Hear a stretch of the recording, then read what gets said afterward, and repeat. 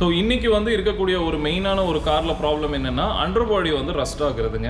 So நிறைய vehicle 3 வருஷம் 4 வருஷம் ஆன வெஹிக்கிள்லையுமே பார்த்தீங்கன்னா அண்டர்பாடி வந்து ரஸ்ட் ஆக ஆரம்பிச்சிருக்கும். அண்ட் 7 வருஷம் 8 வருஷம் ஆன வண்டியில் வந்து ஒரு அடி வரைக்குமே வந்து ரஸ்ட் ஃபார்ம் ஆகி ஒரு ஹோல்ஸே இருக்குங்க.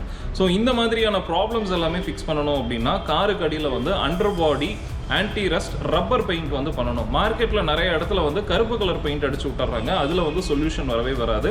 ரப்பர் பெயிண்ட்டு ஹை குவாலிட்டி அடிக்கணும். அண்ட் ஒரு காருக்கு என்ன ரெக்குவயர்மெண்ட்டோ என்ன குவான்டிட்டி தேவையோ அதை அடிக்கணும். உதாரணத்துக்கு ஒரு இன்னோவாக்கு 2 லிட்டர் யூஸ் பண்ணணும். ஒரு சின்ன வெஹிக்கிளுக்கு மினிமம் 1 லிட்டராக யூஸ் பண்ணணும்.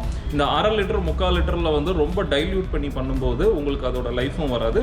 ஸோ நீங்கள் எம்ஜிஎஸ் ஆட்டோமோட்டிவில் அண்டர்பாடி ஆன்டி ரஸ்ட் பெயிண்ட் வந்து நீங்கள் பண்ணினீங்க அப்படின்னா உங்களுக்கு 5 வருஷம் நம்ம வாரண்டி கொடுக்குறோம்.